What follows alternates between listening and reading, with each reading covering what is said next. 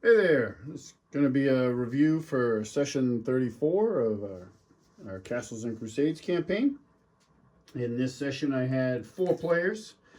I had returning characters. We're dealing with the characters that have gone, if you follow the other videos, they've gone beneath the Edendor Mountains in the pursuit of the bugbear war chief Bolg.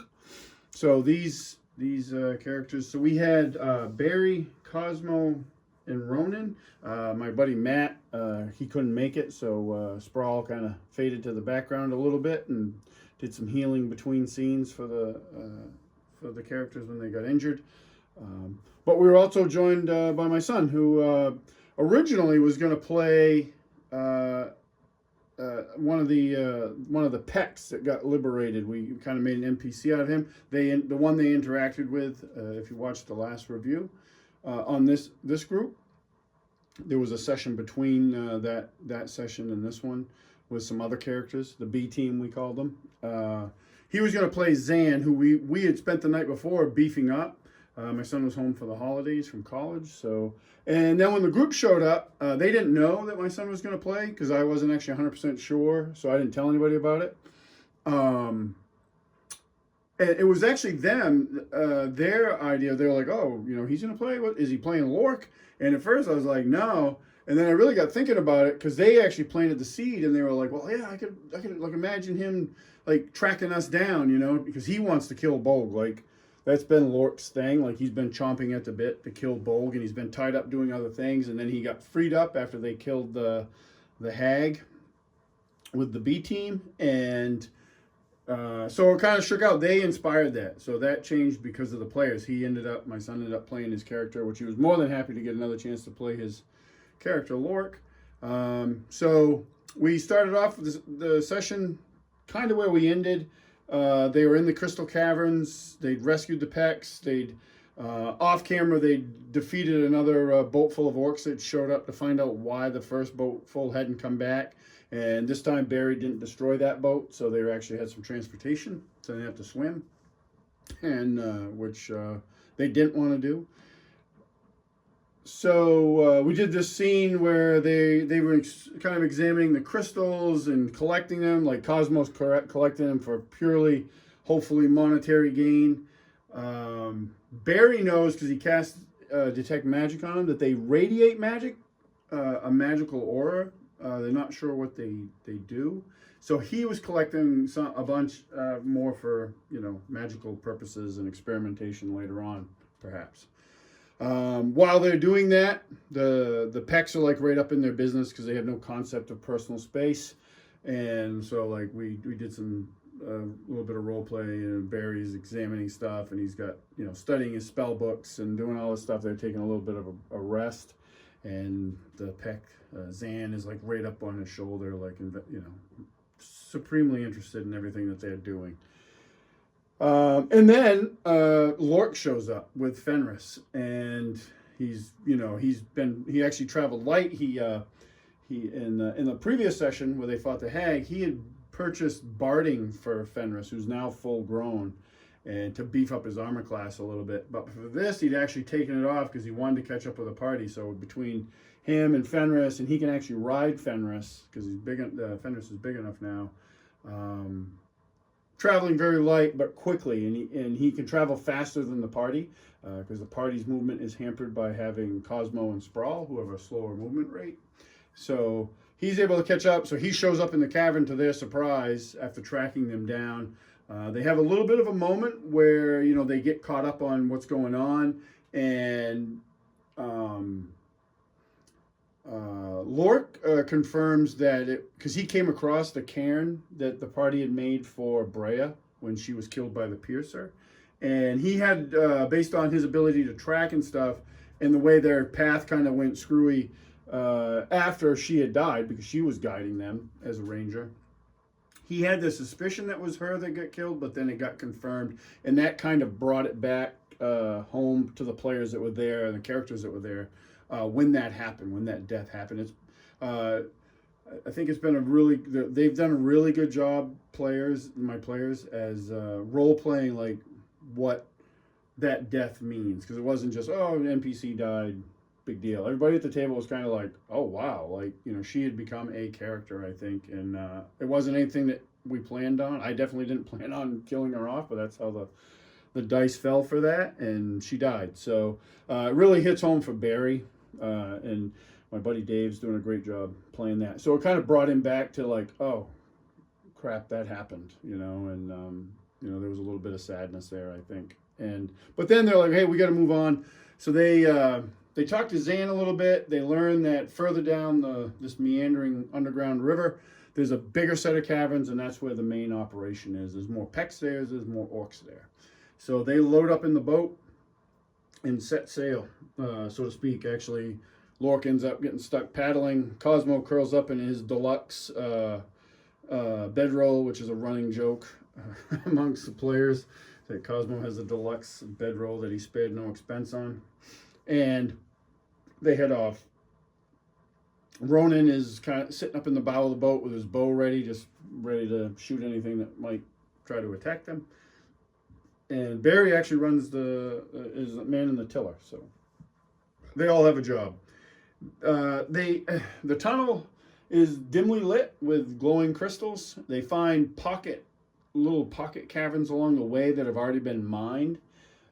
So they pretty much determined that the orcs have been pushing up this river, mining crystals as they go. They also learned from Spraull, because he's a dwarf, he can tell this, due to his affinity with stone and being underground, that they're in the belly of this mountain range. Like it's pretty deep under it. But they continue on. Zan had told them that there was a spot they'd be able to get out of the boats and make a better approach to the encampment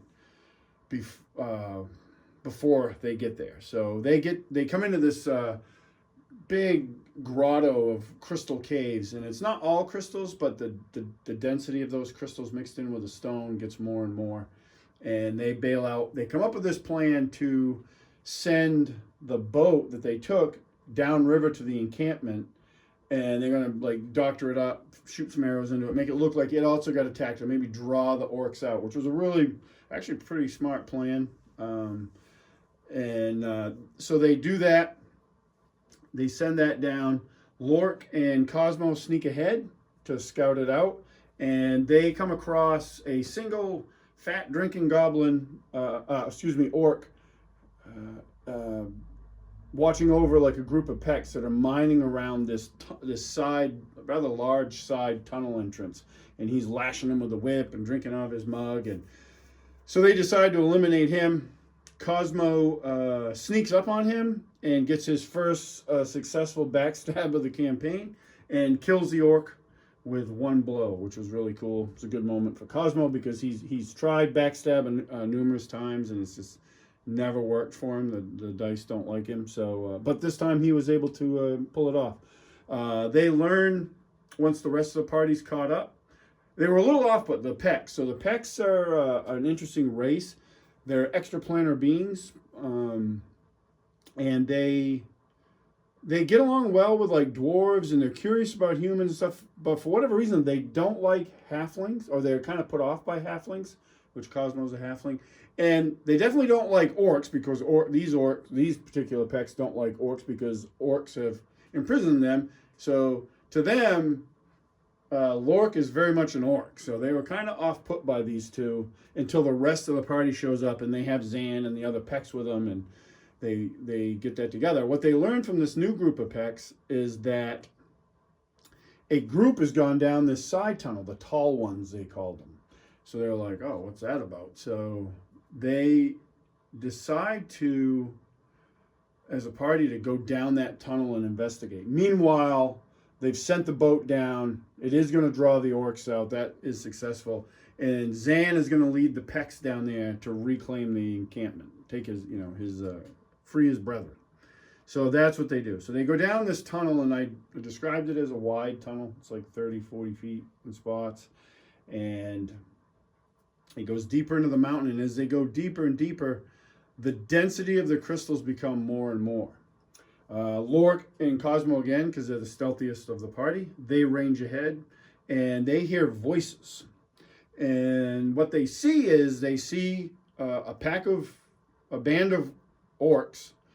They see Lord Bolg, and they also see an old figure that Lork is familiar with, and it is way back in the beginning part of the campaign when they were exploring the caves underneath the town of Arden. They came across the entrance to a dragon tomb, and there at the entrance were a bunch of kobolds, but there was also a man, and he was this very tall, like 6'6", rail thin man, long gray beard, old man, and he ended up talking to the kobold for a second, and then teleports away. They see that man, and they know that he is by nationality, he's an Eldani, which is a kingdom to the north, a non-friendly kingdom to the north. And the Eldani are dragon worshippers in my setting. And so they see him, and what he has on a litter is this very large, probably bigger than a beach ball, crystal-shaped egg. And at first they're just going to attack. Like Lork and Cosmo are like, we're going to stop him, because I give him a little bit of a grace because they were hidden, that they can see he's preparing to cast a spell, and they're like, Lork, and the players are like, he's going to teleport out of here with that. And so they're considering, like, strongly, hey, we're going to attack. Lork's getting ready to throw a hand axe, and Cosmo's going to shoot an arrow.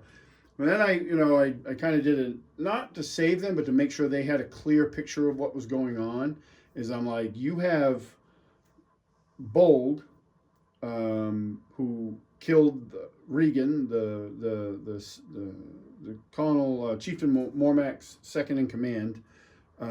He's got at least half a dozen orcs with him, and a troll. They saw a troll, so then they were like, "Oh, whoa, put the brakes on.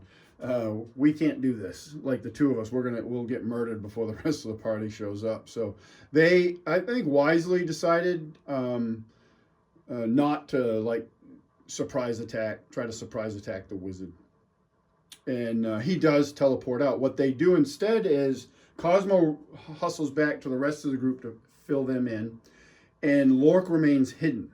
And he lets this band, once the wizard disappears, the Bolg and this band here are headed back towards where the party came from, where the main encampment is.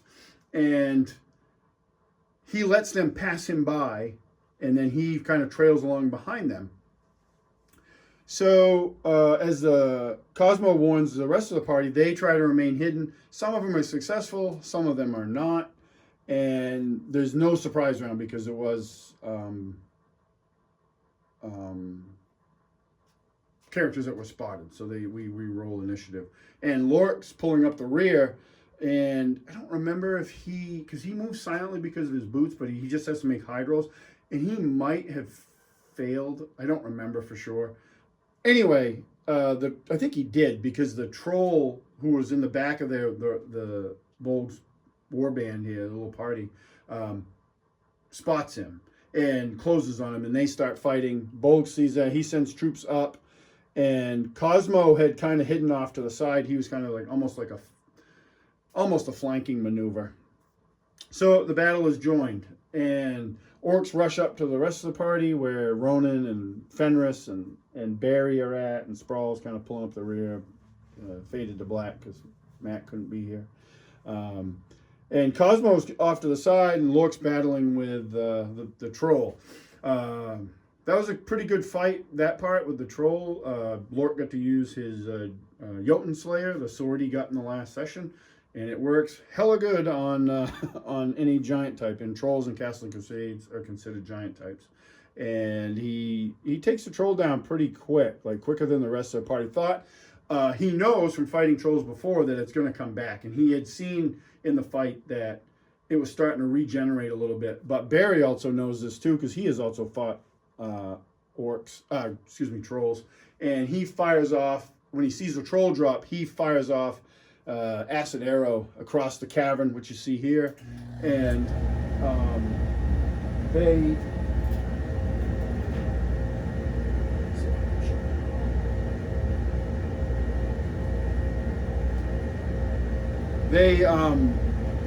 pardon, my furnace just kicked on. I thought it was going to stay off. That finishes off the troll. Cosmo takes a shot at Bolg. I don't remember if he hit or not, but it definitely alerted everybody's attention, so he gets an orc on him, and that's a desperate fight. And Cosmo tries to flee, gets hit a few times, but eventually actually kills that orc. The party, they close up here with the party up here, and Barry gets into kind of a melee battle. Before he gets into the melee battle, let's back that up a little bit. Lork closes with Bolg, and describe Bolg. He sees Barry. He does see Barry at one point, and he gets half his face is melted from the acid arrow Bolg took at the Battle of Iredale Stronghold that Barry had hit him with, and he wants to kill Barry, but then he sees Lork. Lork charges in, hits him. I think he hit him in the back, actually. And so he stops that and turns to face Lork, and there's a fight there. It's kind of a battle of attrition. The orcs are taken down. Barry dropped a bunch with Fireball, which was great. Got to use Fireball. Rhonin shooting arrows. And Fenris is biting him and trying to keep him off him. Barry does get closed with, gets hit a couple times, but also completely gets missed one round. Like he the second round that I think that happened, that he was in melee, like wasn't good. He had 2 orcs on him. He's not super hard to hit, but I rolled really poorly, so he didn't take a whole bunch of damage. Lork is going toe to toe with Bolg, and that is a battle of attrition. And every round he's hitting, they're both hitting. And I rolled really good damage with Bolg, so it was really getting down to like, it's going to be like one round to see what happens. Lork was aided in that fight by Barry, who let off a burst from his wand of magic missiles that he'd found and hit Bolg in the back with like 6 magic missiles. That helped a lot. And I don't remember if he did that. He did do that twice. So what happened was, on the second time he used it, he split the magic missiles. He hit one of the guys that was right up on top of him, and then he put the rest into Bolg, which helped whittle him down some more. He was very tough. But at the end, it kind of shook out this way. It was rather poetic justice, I guess, that Lork got the final killing blow on Bolg and dropped him. And they made short work of any of the remaining orcs. What happened after that was, as the dust settles, they collect some stuff from Bolg and magical gear and stuff like that they find out later is magical. And then Barry hears this voice in his head, and it's saying, "You brought an item of great power here, one that I have not seen before." And Dave makes the leap that with all the crystals and stuff, it must be the crystal staff that he carries. And they follow this voice further into down the tunnel from where Bolg and the orcs and the wizard came from. And I don't have a picture of it, but they come into this lair, and as they get deeper and down, the tunnel and the cavern they come into is all crystal. Like it's just a mass of crystals. And in the center is this like pulsating blue gemstones, actually, and crystals, and in there is a massive ancient gemstone dragon, and it's a sapphire dragon. And if you're familiar with Matt Colville's Strongholds and Followers books, he did gemstone dragons in there. And I'm not the biggest 5e fan, but I did like how he did the gemstone dragon, so I used that. So if you get a chance to look it up, it's a sapphire dragon. I used that. And this dragon introduces itself as Cyrilliax, and she has been here for thousands and thousands of years. and she's bound here. They find out through a magical pact. She can't leave her caverns, and that was a pact that was enacted after the end of the what's called the Age of Arcanum in my setting, which happened about 2,000 years from when the present day. So she's been around a long time, and she tells Barry that she helped make that staff. It was made in this cavern. And she goes on to tell them that the wizard that they saw, his name is Calic, and he stole her egg and plans to use it for not good purposes. She's not sure exactly what he would do with it, but she knows that's the only reason he would take it is for something like that. And she's been wounded, and they kind of, at the beginning of that this little encounter, Barry had offered healing to her, like a healing potion, which she took through telekinesis. She lifts it up and pours it in her mouth and all this stuff. She does everything through her mind. And the rest of the party hears her talk like all through her mind. She doesn't like audibly speak. So they have a little bit of a discussion with her and about the egg and retrieving it. She tells them that to her what she knows, what she has gleaned, that Calic is planning to return to what's known as the Fingers, which is a mountain range to the north. And she asked them to retrieve her egg, and they agree. They're like, yeah, no, we can't let that happen for whatever reason. Like, if he wants that egg, it can't be a good thing. So in turn for that, she offers them an incentive to do this, and she gives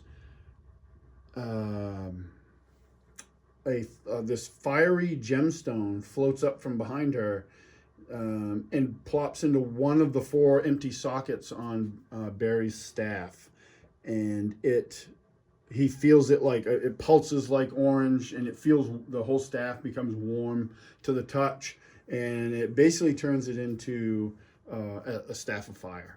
And she tells him that she was entrusted with one of the 4 stones. She doesn't know where the other 4 is, because Barry says he's been trying to figure that out, but he doesn't know. And she's like, she doesn't know either. Like, she was entrusted to keep that one stone because she was basically the staff's creator, and the rest of them, she doesn't know where they are. To the other members of the party, she gives Cosmo this dagger, and I really like the different Skyrim daggers and stuff. So I looked up Skyrim dagger, and I found this one that's like this single-edged blade with an eagle on the pommel, and I called it Eagle's Talon, and she gives that to Cosmo. And what that does is I think it's like a basic +1 dagger, but it actually gives him a bonus to hit when he's trying to backstab. And I called it Eagle's Talon, and she gives that to Cosmo as a gift. And through the conversations I had after the game with Chris, who plays Cosmo, he's quite enthused about it, and that has now become Cosmo's most cherished gift, which is pretty awesome. Rhonin was given a pearl white bow with gold filigree through it, and that is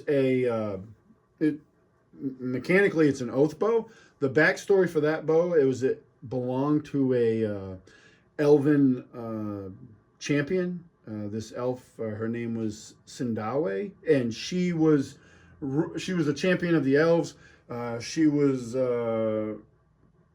It was thought that she could see like beyond the horizons, and she fought and defended the elves during a period of time in my setting called the Infernal War, and it's where demons. It was like a battle with demons, and if you followed any of the other previous videos I've done on the campaign, like Meldeth the Destroyer, he was actually banished in that. He was like kind of the lead demon for that war, and he was banished by Cassidius, the Blood Red God, in a fight, and that was the end of that war. But she was a champion in that war, and this was her bow. What else was it? And Lork was given a helmet from a dwarven champion. What it does basically is this dwarven champion Gundrick. It belonged to him, and it gives a bonus to AC when you fight goblins, orcs, and giants.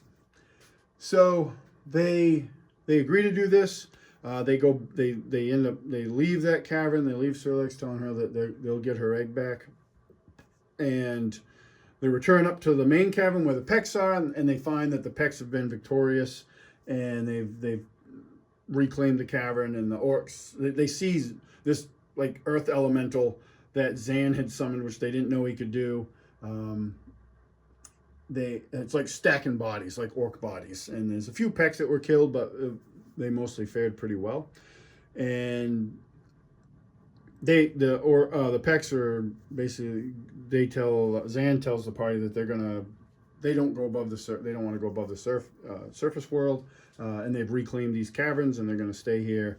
And now that the party tells them about Cyrilliax, so they're very curious about her, and Above Board will likely go and make some sort of liaison with her, and I have some ideas for that. So and then they decide the party's like, okay, there's a bigger boat under here. This terrain here was spur of the moment. Like, I had planned for a lot of this stuff to happen with what is underneath the black sheet there, but I hadn't really. I should have built a board for this encounter, and I didn't. So I just kind of hastily threw this together. They leave. There's a bigger boat in the main encampment, and they take that. They sail out of the Edendor Mountains, which takes a little bit, but they get out. It comes out into a lake up in the jagged hills, and they can see a little on the other side of the lake, this orc encampment. And at the orc encampment, there's these other boats, and they are offloading, loads of crystals onto these wagons that are drawn by these massive lizards, and these lizards are, being teamed by orcs and being transported presumably northward into the Fingers. We were running out of time for the session, so narratively, what we did was they didn't go that way. So at first the orcs were like, no big deal. They see the boat, just figure it's another shipment. But when it turns away from not going to the camp and to follow the river that would lead south and bring them closer back to Iredale Stronghold and Arden, the orcs give chase. I did a little narrative with a little battle, but they eventually fend off those orcs and make their way back and they were going to return to Iredale Stronghold's closer than Arden, so they're going to go there first. So yeah, that was the session.